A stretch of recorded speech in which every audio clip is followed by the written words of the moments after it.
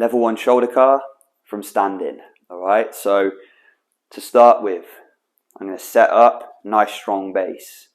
I'm going to think of hand by my side, and I'm going to start to rotate my bicep towards the outside. How am I doing that? I'm thinking of this shoulder like a cloth, and I'm wringing it out.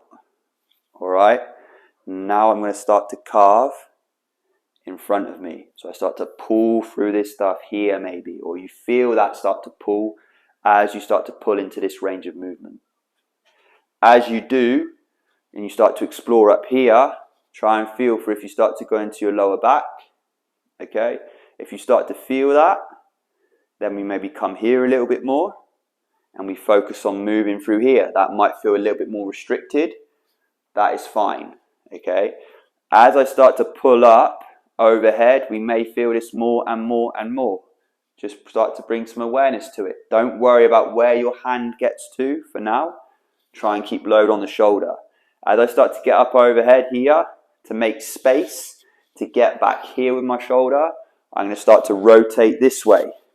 So I start to internally rotate. Remember that cloth? I'm now trying to wring it out this way into the armpit as I push back into shoulder extension. Alright? Again, if you feel like movements going on here through the midline to try and achieve more movement here, like this, then try and call yourself out on it. If it means we get less extension, so I'm here rather than pushing back here, like this, that's absolutely fine. Okay, that's what we want. We want more load on here. Okay, doesn't matter how much range of movement we're getting to start with. So now I've rotated this way. Internal rotation, I push back. Now to start to create some space to explore out to the side and overhead, I'm going to start to rotate this way at the shoulder. I pull up overhead. And again, when you're exploring this space here, try and be aware of what's going on through the torso. Alright? So the body is going to want to try and balance this movement out efficiently like we talked before, right? So if you can think long into this rep from the shoulder, so pulling or pushing into that rep with some real intent. I'm not here, but keeping myself in that rep, and I'm not letting it push me here to try and balance out the movement and be efficient. I'm trying to cook this tissue here, right? So pull down and round again. Just feel for what's going on through that midline. Keep the load on the shoulder. Pull all the way down. Squeezing back in front of you as much as you can. One shoulder car. So we're trying to keep that motion again. A joint like the hip that can explore potentially a lot of space. We want it to be able to do its job and do its job well. Okay, again, like we just talked about the shoulder blade. If you just watch that video, the amount of movement here is going to depend on what you want to do with it, right? If you're going into these spaces daily in training, then you want a shoulder that can express lots of range of movement and be really strong through that full range of movement.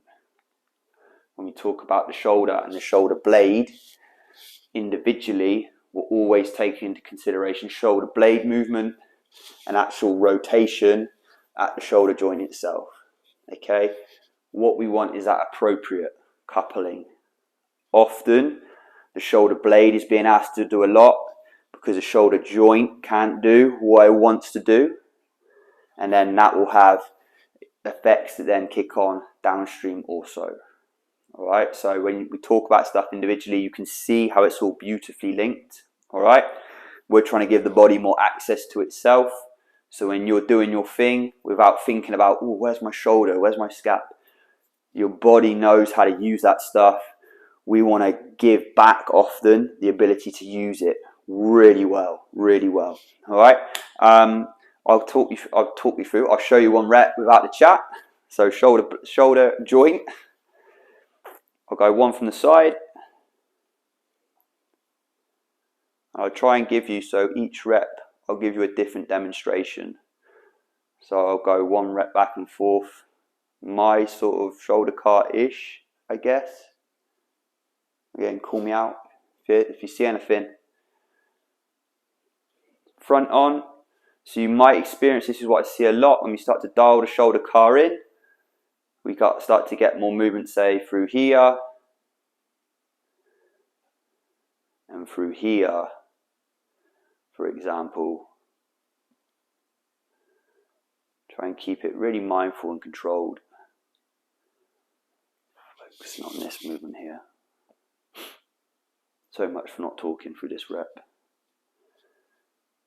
Rather than sometimes we'll see like movements like this to try and explore motion at the shoulder joint. Okay, don't worry if that's your reps at the moment.